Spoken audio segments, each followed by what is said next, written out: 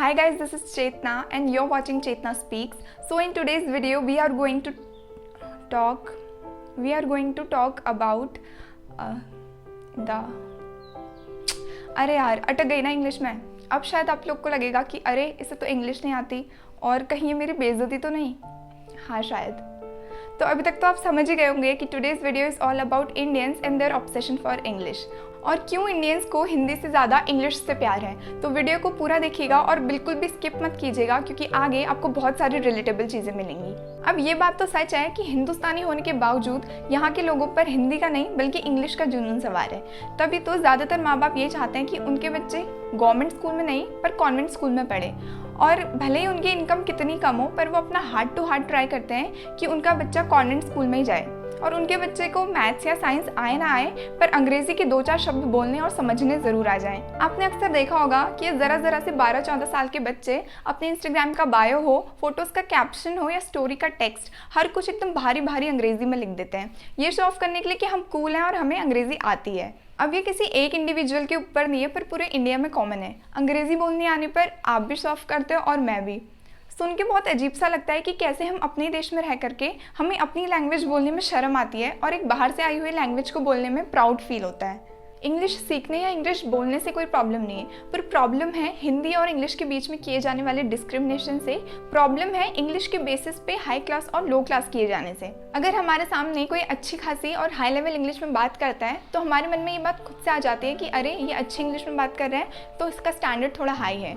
और वहीं जब 4 लोग इंग्लिश में बात कर रहे होते हैं और उनके बीच कोई हिंदी में बात करता है तब भी हमारे मन में खुद से आ जाता है कि ये हिंदी में बोल रहे हैं तो शायद इसका स्टैंडर्ड थोड़ा लो है। और ये हमारा नेचर हो गया है कि जो इंग्लिश में बात करता है वो हाई स्टैंडर्ड और गुड कम्युनिकेशन स्किल्स वाला और जिसे इंग्लिश नहीं आती वो लो स्टैंडर्ड और पुअर कम्युनिकेशन स्किल्स वाला। इंग्लिश आने और ना आने के बेसिस पे ये डिसाइड करना कि कौन हाई क्लास और लो क्लास का है, आई थिंक ये सेंसलेस है और ये चीज़ बिल्कुल भी सही नहीं है। पर इंग्लिश के बेसिस पे आखिर ये क्लास डिस्क्रिमिनेशन करता कौन है?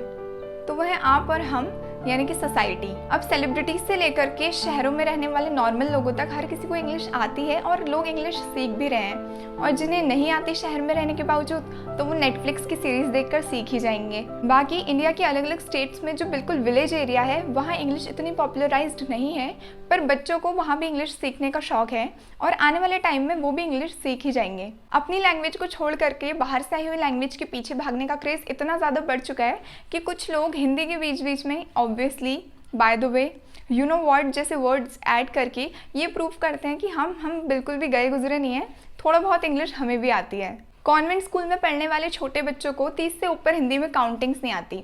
30 तक वो जैसे तैसे पहुंच भी जाते हैं तो उसके बाद 31-32 करने लगते हैं।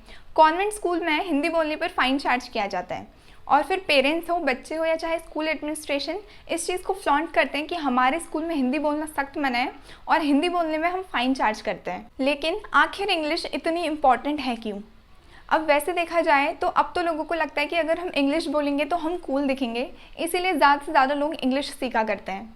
बाकी सीरियस नोट पे देखा जाए तो यह है एम्प्लॉयमेंट की वजह से। हमारे देश में अनएम्प्लॉयमेंट हमेशा से रहा है।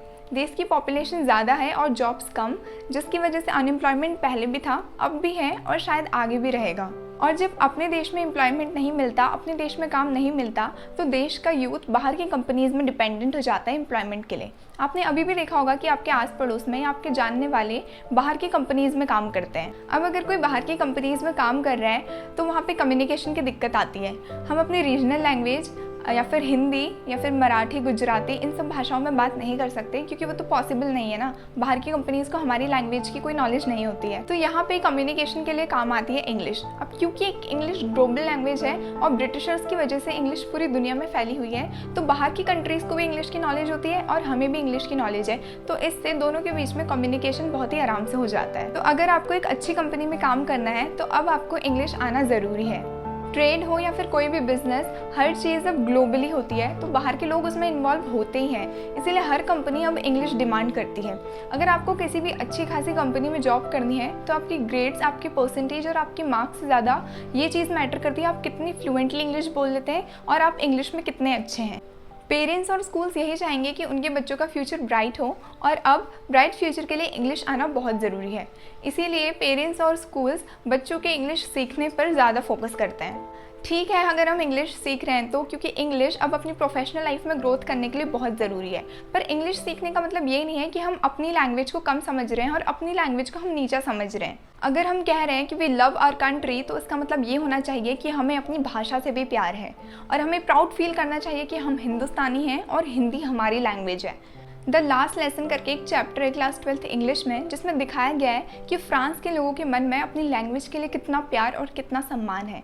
पर हमारे देश में उल्टा होता है, लोगों को अगर हिंदी नहीं आती तो वो उस चीज़ को फ्लॉन्ट करते हैं। हम हिंदुस्तानी हैं और ये हमारी रिस्पॉन्सिबिलिटी है कि हम अपनी लैंग्वेज को, अपने कल्चर को और अपने ट्रेडिशन को प्रमोट करें, उसे प्रिजर्व करें और उसे आगे बढ़ाएं। अगर आपको अपने देश में रह करके अपनी लैंग्वेज लिखनी, पढ़नी और बोलनी नहीं आती, तो ये बात कहीं ना कहीं एज अ इंडियन आपके लिए बहुत डिसअपॉइंटिंग है। इंग्लिश को जितना हो सके अपने प्रोफेशन तक रखिए, और अगर आपको मौका मिल रहा है बाहर के लोगों के सामने जाने का, बाहर अपने देश को रिप्रेजेंट करने का, तो वहाँ पे अपने कल्चर को, अपनी लैंग्वेज को, अपने ट्रेडिशन को खूब प्रमोट कीजिए। लास्ट में यही कहना चाहूँगी कि इंग्लिश आना अच्छी बात है, पर इंग्लिश ना आना शर्म की बात नहीं।